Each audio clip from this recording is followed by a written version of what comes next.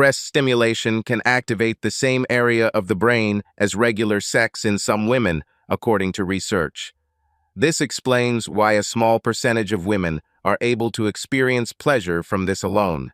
In general, the reactions of the female body are very diverse, and individual differences play an important role. It is important to respect each woman's preferences and needs. You're probably wondering what all of the above information has to do with me. Until I was 28 and married for 2 years. The other important thing is that I had a reason to be highly motivated to find out this information.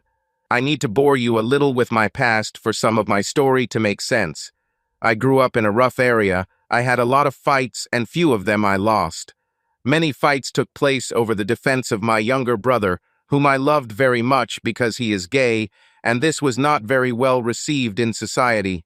I probably would have ended up in jail, but when I dropped out of high school my senior year, I met a guy named John who changed my life.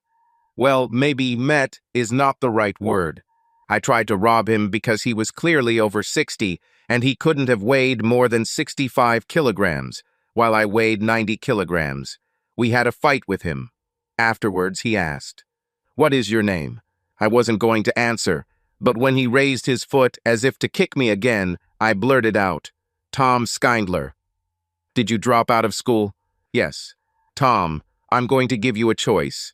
I will either call the police right now and have you arrested, or you promise me to come to my gym tomorrow for testing and training. What do you choose?" "How do you know that I will appear?" "Because I'm going to look at your ID, and if you don't show up, I'm going to come get you. Next time I won't be gentle with you." Was it gentle this time? I thought, as my whole body hurt. "I'll go to the gym," I said. "You're not as dumb as you look," John chuckled. "Here is my business card. Be there tomorrow between 13 and 14. Now show me your ID." In short, his gym trained both boxers and MMA fighters. He gave me a job as a janitor and free MMA training on the condition that I get my JED. When I turned 18, he scheduled several fights for me. Although after training my natural weight was 80 kilograms, I fought at welterweight. I won my first 4 matches, drew with the 23rd ranked welterweight in the world, then lost to the 14th and 17th ranked number 1 welterweights. John was honest with me. "Tom, you received your matriculation certificate. You are a good citizen and no longer a punk. But you will never be in the top 10 MMA fighters. You're also much smarter than the average fighter. Act to junior college and make something of yourself." I did as I was told, received an associate's degree in engineering, and then a bachelor's degree in engineering from one of the top 2 public universities in my state, graduating at the age of 24. I met my future wife Bonnie right after graduating from college. She is a year older than me and was in her 3rd year of law school when we met. I think I need to describe us physically. Both she and I have slightly prettier faces than average. I have a few small scars, but they just add character. We both look good in clothes, although we wouldn't immediately throw anyone off, although her legs are much taller than average. Where we both shine in terms of appearance is our naked upper body. Her two-tone eyes really highlight her character. She has one dark blue iris and one bright green iris. Although she has colored contact lenses that she can use depending on the situation, I like it when she doesn't. For some reason, I find her two-tone eyes exotic, and she seems to really appreciate it. Another thing I liked about Bonnie was her friends. It seems like a lot of women have girlfriends who make life difficult for their boyfriends. Not Bonnie. I liked all her friends. In fact, her best friend Julie is just as bubbly and cheerful as Bonnie. She is also very sweet, and is as kind and sweet as any woman I have ever met in my life. Bonnie introduced me to her about 2 weeks after I met Bonnie, and Julie and I became great friends independent of Bonnie. In fact, Julie became probably the best friend I've ever had. There was one problem with Julie, however. One day I saw her in a bikini, and I was amazed by her curves, especially her sculpted cream-colored hips. It took about 2 weeks to get those hips out of my head. It took me about 6 months to convince Bonnie to become exclusive. She finally agreed, and we got married shortly before I turned 26. and she had just turned 27. Julie was her maid of honor, and my brother was my best man. Bonnie, perhaps because of her legal background, chooses her words very carefully. I call this parsing, but perhaps that is the wrong term. In any case, as far as I know, she never lied about anything important, but I had to think carefully about what exactly she said. I knew her telling a subordinate, "You did a hell of a job," which meant, "You're about to get fired." When we were sitting in her parents' friend's living room, and an older gentleman with terrible hair asked her if she liked his new wig, she smiled and said, "You've got a nice bouffant there," which I later convinced her to admit was a reference to his floor covering, not his creepy wig. Even though I have an engineering background, I am far from being the sharpest tool in the shed, and rarely catch Bonnie's dissection unless it is somehow brought to my attention. This involved the vows she wrote for our wedding.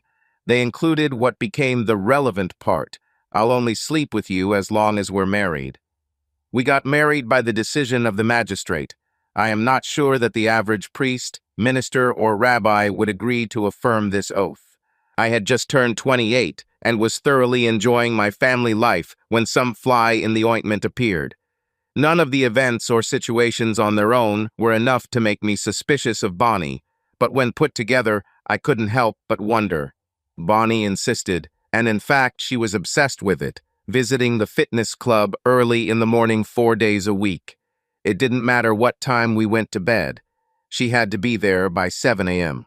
At several parties we went to, she had a strange look on her face when she came out of the toilet. She always immediately changed the topic of conversation on her cell phone or disconnected from it when I was nearby while she was discussing something. Sometimes she would return home from going to the bar after work a little disheveled, although she never came later than the time she promised to be home, and we almost always had dinner together. I checked her laundry in the wash and looked for other signs of an affair, but found nothing. Still, it bothered me, so after about 4 months of doubt, I ran into her one night in bed. I wasn't belligerent or nasty in any way, just curious. With a wide smile on her face, and without any visible anxiety, Bonnie said, "What are you doing, little devil? You're jealous, aren't you?" "Jealous of whom?" "Jealous of some imaginary lover," she giggled. "Do I have reason to worry?" Her smile became devilish. "Tom, I swear to you that while we are married, I will not be with any man other than you. If I ever get tired of you, which is damn unlikely," she continued with an evil laugh, "I'll let you know." I wanted to believe Bonnie. I really wanted to. I truly loved being married to her, and I loved everything about her. But I had a bone in my ass, and I couldn't deal with it. Then something unexpected happened. Julie came to visit me. Bonnie was a bridesmaid when Julie got married about 6 months after us to a guy named Ralph. Julie moved about an hour away shortly after she married Ralph, and we didn't see much of her or Ralph anymore. It wasn't a big loss for me that we couldn't see Ralph. He's a big, nasty guy who thinks his shit doesn't stink, but I really missed Julie. Bonnie and Julie talked on the phone or emailed every other day or so, and Julie and I talked or emailed at least once a week. I was sincerely sorry that we could no longer see her often. Julie came to stay, thankfully, without her husband for the long weekend. Besides the fact that I couldn't wait to see my best friend, I was glad that she came for another reason. She did not tolerate alcohol well. I knew Bonnie had told her everything, and if I got Julie drunk, I hoped I could get the information I needed out of her. We had a party for Julie the second night she was with us, mostly with people Julie knew from college and from living near us. Everyone was having a good time. I danced a few dances with Julie and brought her drinks whenever she wanted them, always double, and in one case even triple. By about 11, she was really tipsy. "Listen, Julie," I said, handing her another daiquiri, "you look like you could use some fresh air. Let's go out to the patio, it's a good night." I won't try to imitate the slurredness of her words, but they were garbled. "Of course, handsome," she giggled as I led her to a small sofa on our patio, big enough for two, but not much more. After talking about some things that I thought were stupid, but that interested Julie, I began my subtle interrogation. "Tell me, Julie, Why didn't you warn me about Bonnie's unusual sexual proclivities before I married her? Her face became serious. Have you got any problems? She asked. Hell no, I laughed. Not at all. Some of them are just a little surprising. Yes, some people are surprised, she laughed. Yes, that's exactly true. When did you first learn about them? I realized this a month after I met her in my first year of college. For a while, every day was different for her. I thought. Did you ever think that she would refuse this? I asked. No, stupid. She won't give it up. She will not refuse this, flashed through my head. Julie's expression began to change from amused to serious, probably in response to the unconscious frown on my face. However, I quickly gave up. Smiling, I continued, well, it's harmless, so I don't mind. Although I don't think she would let anyone else do that to her. Of course not, stupid. Of course, you're right. I managed to get some more information from Julie before Bonnie walked out onto the patio. Why are you two here? Not dancing or hanging out with Julie's old college buddies? She giggled. Julie just wanted to get some fresh air, I chuckled. I think I prepared 2 strong drinks for her. I helped Julie to her feet, and we walked back into the house hand in hand with Bonnie, and I continued to pretend that I was having a good time. Even though I had given up double-strength drinks, Julie passed out about an hour after returning to the party. I asked Bonnie if I should take her to the bed in the guest room, and she was all for it. Do you need any help? She asked. No problem, just getting her into bed with her clothes on, right? I answered. Take off her blouse and skirt, but don't take off her bra or panties. Don't touch any of the merchandise, dude, okay? Bonnie giggled. Got it, I replied. I picked Julie up with ease, which seemed to surprise Bonnie and several other guests, and carried her to the guest room. I hope it's okay that I put you to bed, Julie, I said with a grin. You weren't yourself, and you really need to get some sleep. Again, I will not attempt to reproduce her garbled speech. Tom, I like you much more than Ralph. Sometimes he acts like a jerk. Do you think if we asked Bonnie, she would let you sleep with me? After a shocked pause, I was quite sure that in her current state, she would not be able to read the surprise on her face. I replied, perhaps it would not be such a good idea. But I really like you, Julie. You are wonderful. Now get some sleep. With these words, I kissed her forehead, covered her with a sheet, turned off the light, and left the room. Interesting, I thought, leaving the room. Depending on how things pan out in the near future, this could be very interesting.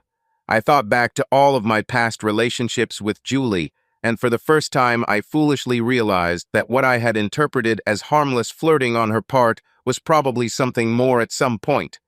Not that I would change anything I did based on this, but who knows?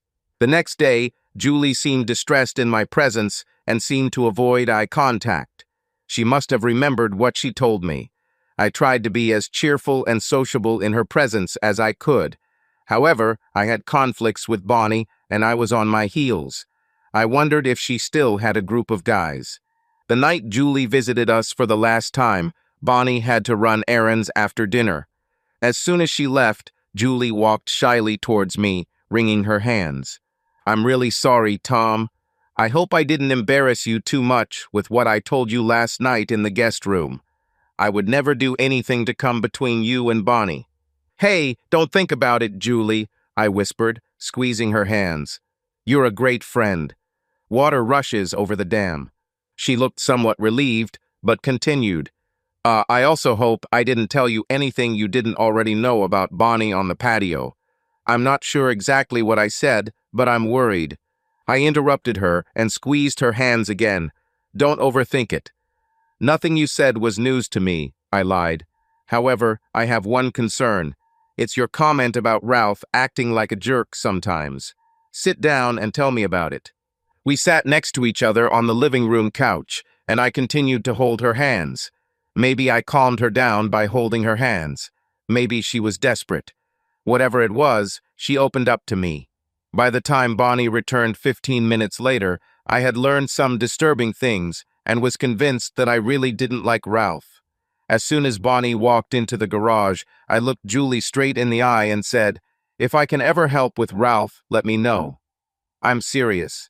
There are things in my background that allow me to handle any physical situation, so don't hesitate to call." The last statement obviously came as a surprise to her. Once I got to college, I didn't tell anyone about my MMA experience, not even Bonnie. To them, I was just a regular guy, when in reality, any real welterweight MMA fighter can beat the crap out of 99% of the guys on the street, no matter their size, and I was no exception. Following the information I received from Julie, I did the research I talked about at the beginning of this story. It took me a couple of days on the internet and 2 phone conversations with recognized sex experts to put it all together. When I finished, it felt like a veil had been lifted from my face. I had no idea this was possible. I needed to test Bonnie to know for sure. After Bonnie's secret research, I had one set of answers I needed. Now, to answer my second set of questions, I needed to find out what was going on with Bonnie and the others. I decided not to argue with her. What was more important to me was the high likelihood that other guys would get the opportunity to be with her. The first thing on my mind was her tendency to parse her words and her statement to me that no one would ever sleep with her while we were married. Apparently, she avoided saying anything about getting pleasure in other ways. I, however, could not understand where she would do this. Certainly not at work, as her career was very important to her, and the last thing she needed was to be fired from her junior legal position for acting inappropriately on the job. She was with me almost every evening and most weekends. The winnowing process left only the health club and her infrequent trips to the bar with her coworkers. First, I dealt with a health club. I hired a female private investigator who joined Bonnie's health club and worked out exactly when Bonnie did. After just a week, 4 sessions, she had a worrying report. According to the private investigator, at the end of each session, Bonnie and the male trainer or client went into a separate room for training. They came out 15 or 20 minutes later with smiles on their faces and looking more disheveled and sweaty than when they entered the room. I asked a private investigator to install a camera in this room that would only turn on when Bonnie was in the room. "You know that you can't use what's caught on camera in court, right?" she told me. "I will never tell anyone that I have anything from the camera." "I'm just using it to my advantage," I replied. By the end of the next week, I had what I needed. It wasn't what I wanted, but it was what I needed. None of them had any internal contact with her, but for some reason that didn't bring me much comfort. I loved Bonnie, and I loved being married to her, so I carefully chose how to proceed. I decided it was best to take a 2-pronged approach.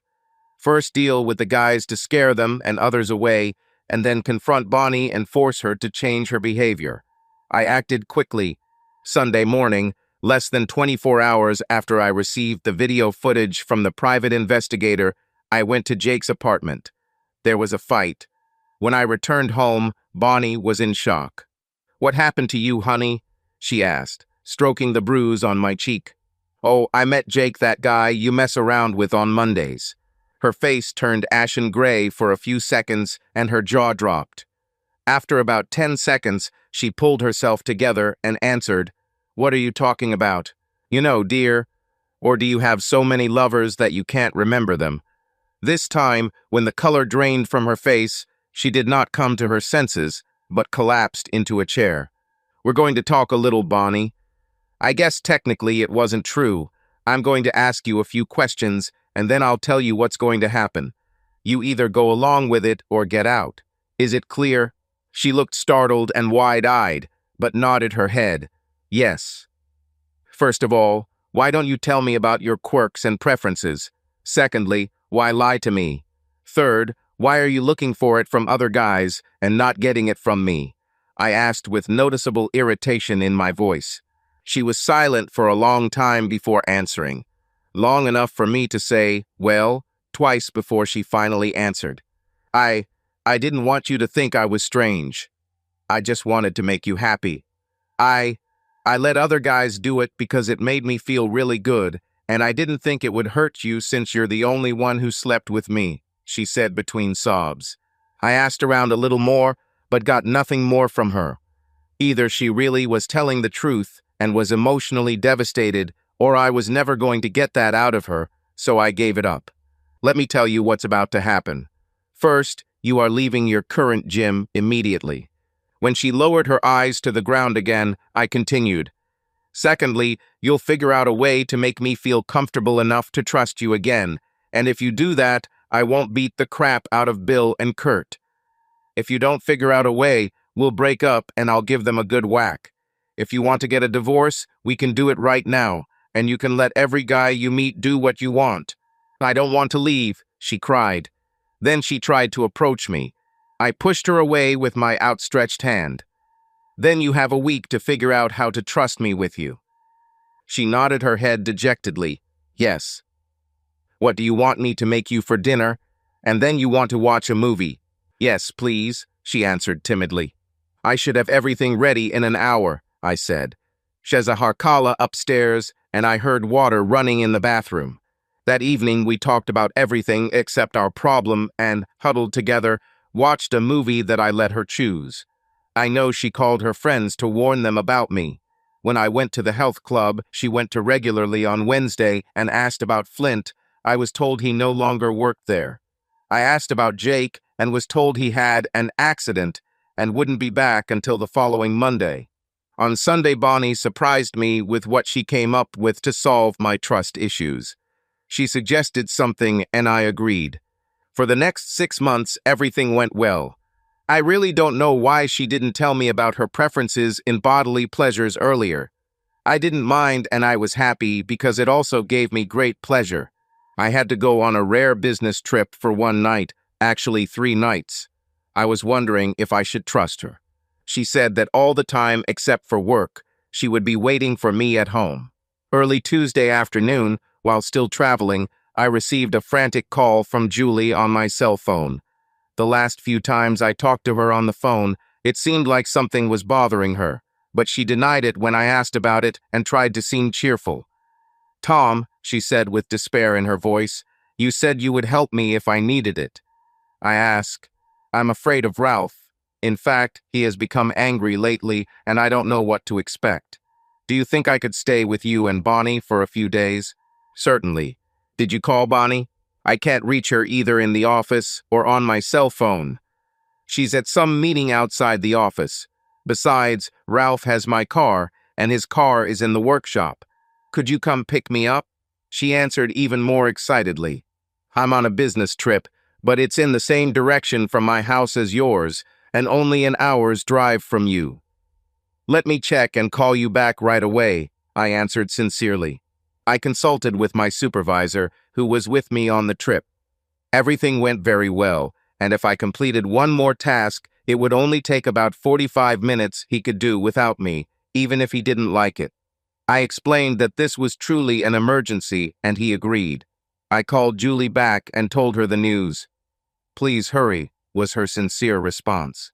I completed the task in exactly 42 minutes and asked my boss to pick up my suitcase from the motel room and bring it with me. I went to Julie's house. When I got there, I was surprised when she didn't open the door right away. I knocked for a good 2 minutes before I heard her voice inside. Hello, Tom. Thanks for coming, but this is a false alarm. I'll call you tomorrow, I heard her weak voice from the other side of the front door. This definitely didn't look like Julie. She was in trouble. I said, okay, but call again if you need me. Then I went to my car, drove 3 houses away and parked. I managed to save her from Ralph. Julie was desperate. She had already packed her things, so we just took her 2 suitcases and a few other things and headed to my house. On the way, I tried unsuccessfully to call Bonnie. We returned home around 6:30 p.m. I was surprised Bonnie wasn't there, especially since her car was in the garage. I also parked in the garage and did not turn on the outside lights. I quickly made Julie dinner and then insisted she get some sleep. She didn't argue. She was emotionally and physically exhausted. When Bonnie arrived around 8 p.m., it was obvious that she had cheated on me again. I'm not going to hunt down the assholes this time. I'm throwing you out. It's all over between us. With these words, I began to pack 2 suitcases for her. Julie woke up from the noise and walked into our room with her eyes wide open.